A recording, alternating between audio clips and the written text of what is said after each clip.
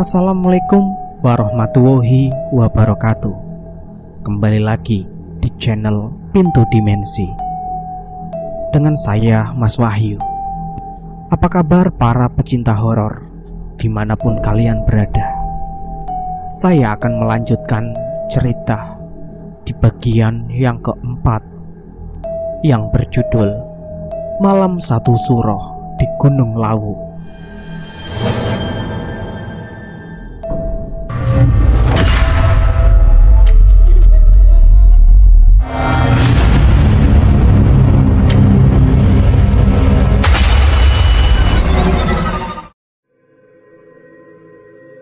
Aku dan Mail kemudian berembuk untuk mencari jalan keluar terbaik.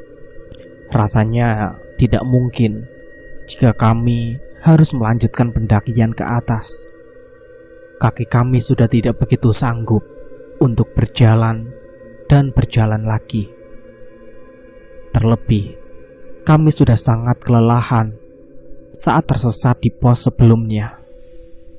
Pada akhirnya, kami memutuskan untuk membangun tenda tak jauh dari tenda-tenda pendaki yang lain yang sudah lebih dulu bertengger di pos 5. Aku dan Mail bahu-membahu membangun tenda. Karena cuma kami berdua, kami pun membutuhkan waktu yang tidak sebentar untuk mendirikan tenda kami, hingga tenda kami benar-benar kokoh dan siap untuk dijadikan tempat melepas penat di Gunung Lawu ini. Kami membangun tenda sambil harap-harap cemas, memikirkan ketiga rekan kami yang belum kami ketahui keberadaannya. Tidak banyak yang bisa kami lakukan malam itu selain pasrah, dan tentu saja tak lepas doa semoga mereka tidak terjadi hal-hal buruk yang menimpa. Tenda pun berhasil didirikan dengan begitu kokoh. Aku masih asik dalam lamunanku dengan ditemani secangkir teh hangat malam itu. Mereka kemana ya, Il? Apa mungkin mereka juga tersesat seperti kita sebelumnya? Atau mungkin mereka mengalami kesulitan untuk sampai di sini? Kalau sesuatu yang buruk terjadi pada mereka, aku tidak akan mungkin bisa berhenti untuk menyalahkan diriku sendiri, Il. Bagaimanapun, pendakian ini dapat terlaksana atas ide aku yang aku cetuskan dari awal. Kalau saja aku tidak begitu nekat untuk melakukan pendakian dengan melibatkan mereka, tentu kejadiannya tidak akan seperti ini. Lagi dan lagi, aku tidak mendapatkan respon dari Ismail. Aku pun mencoba memastikannya.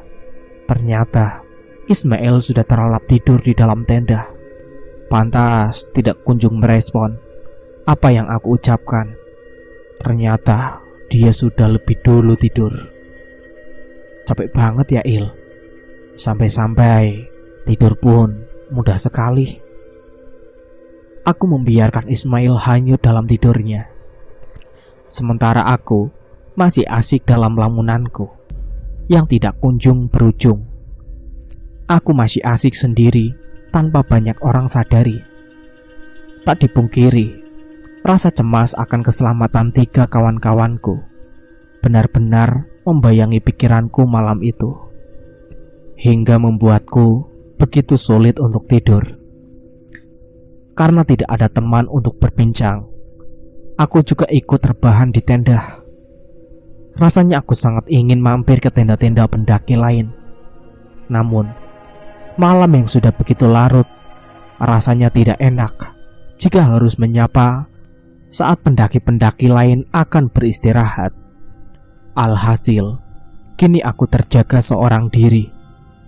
Beruntung hujan sudah benar-benar reda, sehingga aku tidak begitu khawatir dengan adanya badai di malam kami beristirahat kala itu. Saat aku mencoba untuk memejamkan mataku, di dalam tenda tiba-tiba saja aku dikejutkan dengan suara perempuan yang sedang berbincang.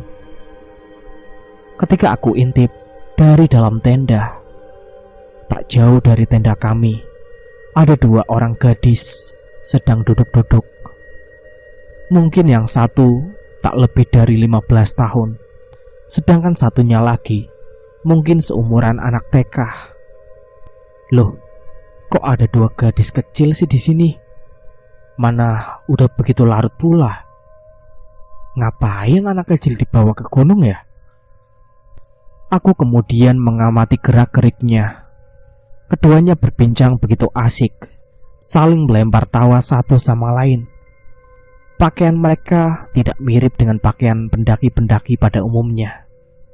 Lagi pula, rasanya aneh. Masa ada anak TK dan anak remaja naik ke Gunung Lawu tanpa pendampingan orang dewasa? Bukankah itu tidak masuk akal? Apa mungkin mereka adalah wujud tawa 2 perempuan orang yang kami dengar, bahkan sampai 2 kali saat berada di pos sebelumnya?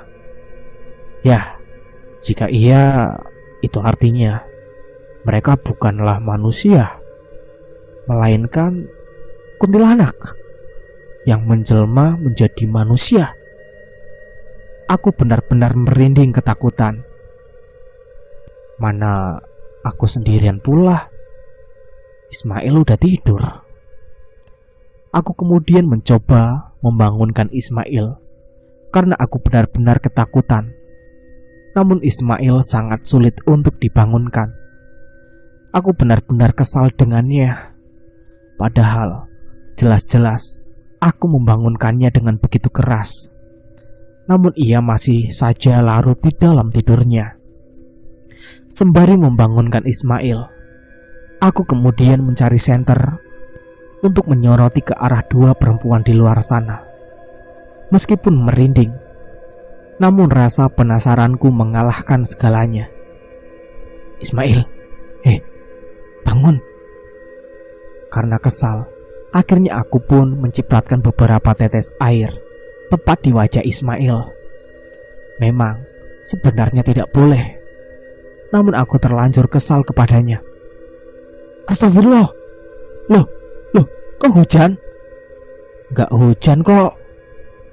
Setelah aku bangunkan dan berhasil, Ismail malah meracau tidak jelas. Nyawone durung kumpul kok, wis digugah. Wajar saja aku membangunkannya dengan mengagetkannya, sehingga ia kebingungan dan tak tentu arah. Aku kemudian memberinya air mineral untuk diminum olehnya, agar ia segera tersadar sepenuhnya. Setelah sadar sepenuhnya, lantas aku memberitahu tentang keberadaan 2 gadis yang duduk tak jauh dari tenda kami. Ih, masih ngantuk aku. Gadis apa sih? Di luar sana ada 2 gadis kecil.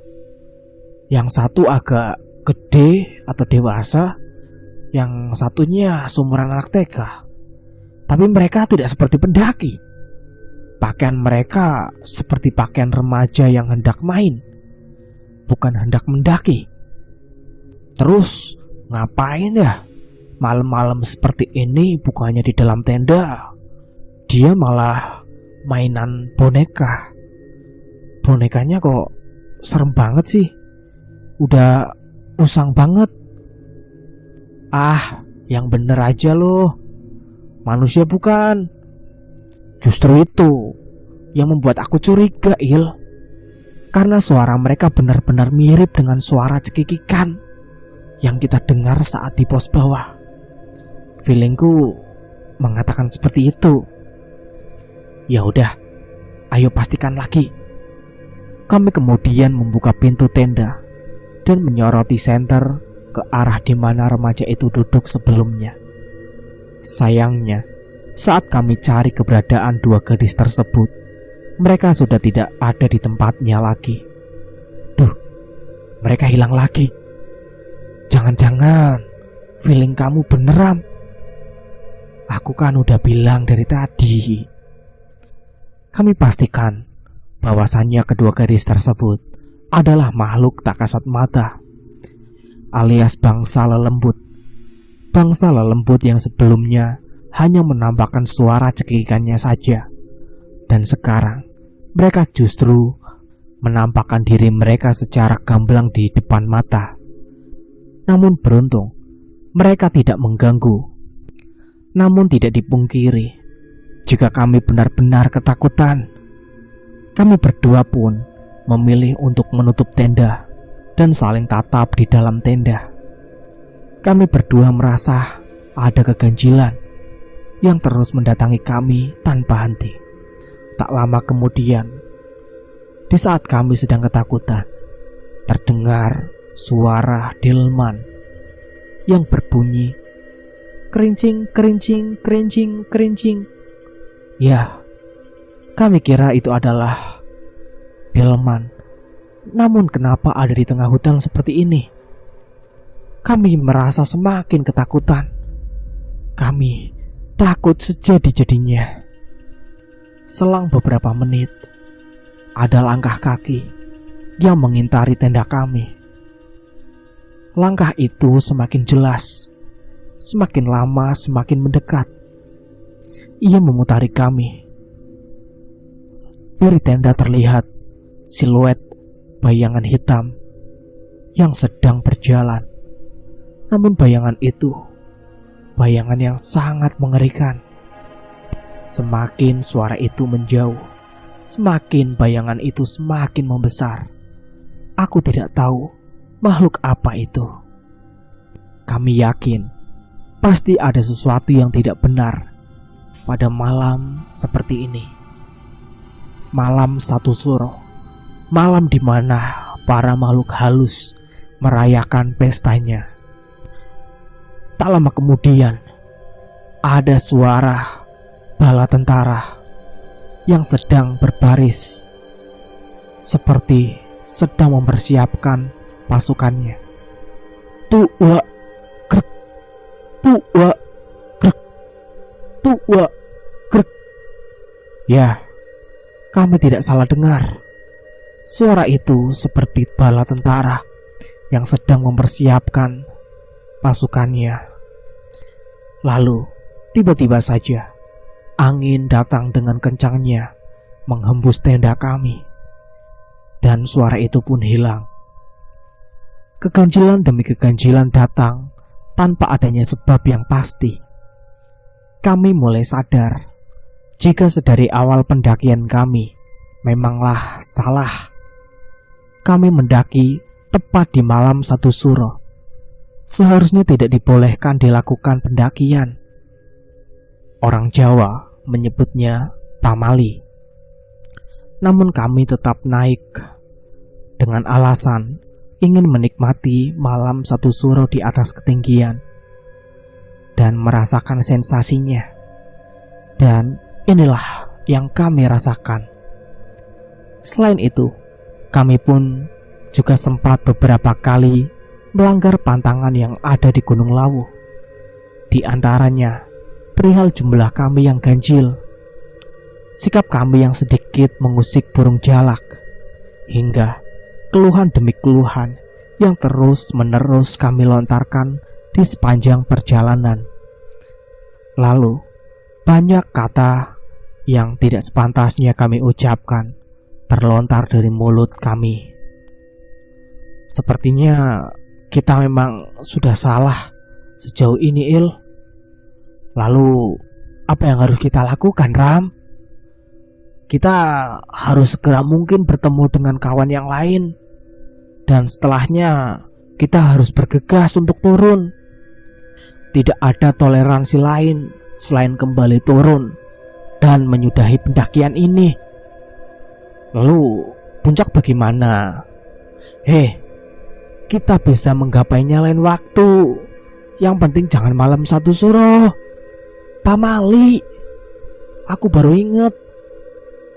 Yakin? Aku yakin. Ini itu kita kena imbasnya lah. Pokoknya sudah, buat pengalaman kita saja, jangan diulangin lagi. Jika kita terus memaksakan diri untuk naik, pasti akan keganjilan-keganjilan lain yang datang menghampiri kita. Ini belum sampai puncak aja, rintangannya banyak banget seperti ini. Tapi Ram, kita sudah jalan sejauh ini loh. Sayang banget. Lebih baik kita membuang waktu dan tenaga kita sia-sia dibandingkan keselamatan kita jadi taruhannya. Kamu gak bisa pulang? Ya, aku pengen pulang sih Ram. Ya udah, manut saja sama aku. Meskipun kami sudah berjalan cukup jauh, namun jika kondisinya memang semakin tidak memungkinkan, sudah seharusnya kami turun dan menyudahi pendakian ini. Aku tidak ingin pulang hanya tinggal nama saja. Aku masih ingin bertemu dengan bapak dan juga ibu. Aku masih ingin menikmati hangatnya matahari di kala siang dan dinginnya malam yang dibalut rembulan saat malam hari. Ya wis, aku manut kamu sajalah Ram. Aku mengangguk menjawab ucapan Ismail karena penampakan yang baru saja kami lihat. Mata kami benar-benar terbelangah. Rasanya sangat sulit untuk terpejam. Kami terus teringat dengan keganjilan demi keganjilan yang datang menghampiri kami. Kemana sih perginya mereka bertiga? Kita sekarang hanya berdua saja, dan benar-benar aku takut. Semoga saja mereka gak ngalamin hal buruk, Il. Apa mungkin kita turun aja sekarang, Ram? Jangan, kita harus jumpa mereka dulu. Saat kami berbincang, tiba-tiba saja kami mendengar suara alunan gamelan dari kejauhan. Sontak suara itu berhasil sampai membuat kami terdiam. Sampai kami saling tatap. Kami benar-benar mulai tidak percaya dengan keganjilan yang kali ini menghampiri kami. Kami masih berusaha untuk tidak terlalu larut dalam alunan gamelan yang kami dengar. Kamu dengar juga, Il? Iya, gamelan. Aku mengangguk. Dari tatapan Mail sangat ketara jika ia mendengar apa yang aku dengar. Kami benar-benar terpaku. Kami tidak bisa bertindak apapun selain terus mengikuk di dalam tenda dan tidak berani membuka pintu tenda sedikit pun. Ram, merinding. Sama, aku juga merinding. Benar-benar merinding nih. Aku dan Mail lantas memutuskan untuk kembali membaringkan tubuh kami. Pelan-pelan mulai berusaha memejamkan mata dan benar-benar berusaha untuk menepis suara gamelan yang kami dengar, seolah-olah kami tidak sedang mendengar hal apapun. Kami terus tanamkan mindset keberanian di dalam pikiran kami. Jarum jam sudah menunjukkan pukul 1 lewat. Keberadaan ketiga rekan kami hingga detik ini masih belum jelas keberadaannya. Sementara kami masih dihantui rasa takut karena suara alunan gamelan itu tidak kunjung mereda. Seperti ada hajatan di atas Gunung Lawu. Suaranya benar-benar ramai. Banyak sekali orang bersenda gurau di samping alunan gamelan yang terus mengalun. Namun aku dan Ismail yakin jika suara itu berasal dari tanah. Makhluk tak kasat mata. Tidur aja yo, tidur. Kalau bisa, udah tidur aku dari tadi, Ram. Kami saling berdebat karena kami benar-benar ketakutan. Terlebih lagi, tidak ada sedikit pun suara aktivitas pendakian dari tenda-tenda yang bertengker tak jauh dari tenda kami. Hanya kami berdualah yang masih terjaga. Di tengah perasaan takut, tiba-tiba saja gerimis datang begitu saja. Suara alunan gamelan itu tiba-tiba lenyap begitu saja tanpa jejak. Aku dan Mail cukup lega karena suara gamelan itu sudah benar-benar mereda, digantikan oleh suara gerimis yang cukup syahdu malam itu. Aku dan Mail berharap suara gamelan yang baru saja kami dengar menjadi hal ganjil yang terakhir yang kami alami. Kami berharap setelah ini tidak ada lagi keganjilan-keganjilan lainnya. Aku dan Mail khawatir akan merasakan rasa trauma akibat terus dihantui makhluk-makhluk penghuni Gunung Lawu. Setelahnya, kami teringat dengan 3 rekan kami yang entah di mana keberadaan mereka bertiga.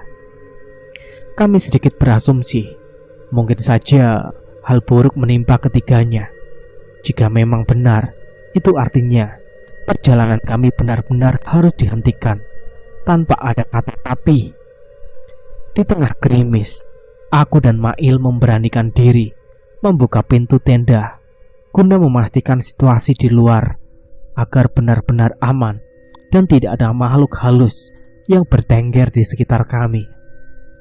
Kami juga berusaha mengamati sekeliling di pos 5, berharap di antara para pendaki yang sedang beristirahat itu adalah ketiga kawan kami. Kita harus cari mereka di sekitar sini, tapi jangan jauh-jauh. Aku khawatir makhluk-makhluk mengerikan itu kayaknya masih mengintai keberadaan kita deh. Jangan khawatir, kita pasti tidak akan diganggu mereka. Apa jaminan kalau kita tidak akan lagi diganggu mereka? Aku tidak bisa menjawab pertanyaan Mail, sebab aku benar-benar tidak tahu. Niat hati, aku berkata demikian karena ingin memberikan rasa tenang dan rasa aman untuk Ismail. Namun nyatanya aku keliru. Kami memilih melanjutkan pencarian tiap tenda yang bertengger kokoh. Kami amati satu persatu, namun hasilnya tetap saja nihil. Aku dan Mail sempat patah arah karena kami sudah begitu lelah dalam pencarian ini. Kami akhirnya memutuskan kembali ke tenda, berharap ada keajaiban datang. Kami memilih menunggu ketiga kawan kami di depan tenda, sembari meminum secangkir kopi dan menghisap sebatang rokok. Lawu kala itu benar-benar hitam pekat. Tidak ada sedikit pun cahaya. Hanya terdengar suara serangga kecil yang saling bersaut-sautan. Saat aku dan Mail sedang menikmati kopi, kami mendengar ada suara langkah kaki yang mendekat ke arah tenda kami.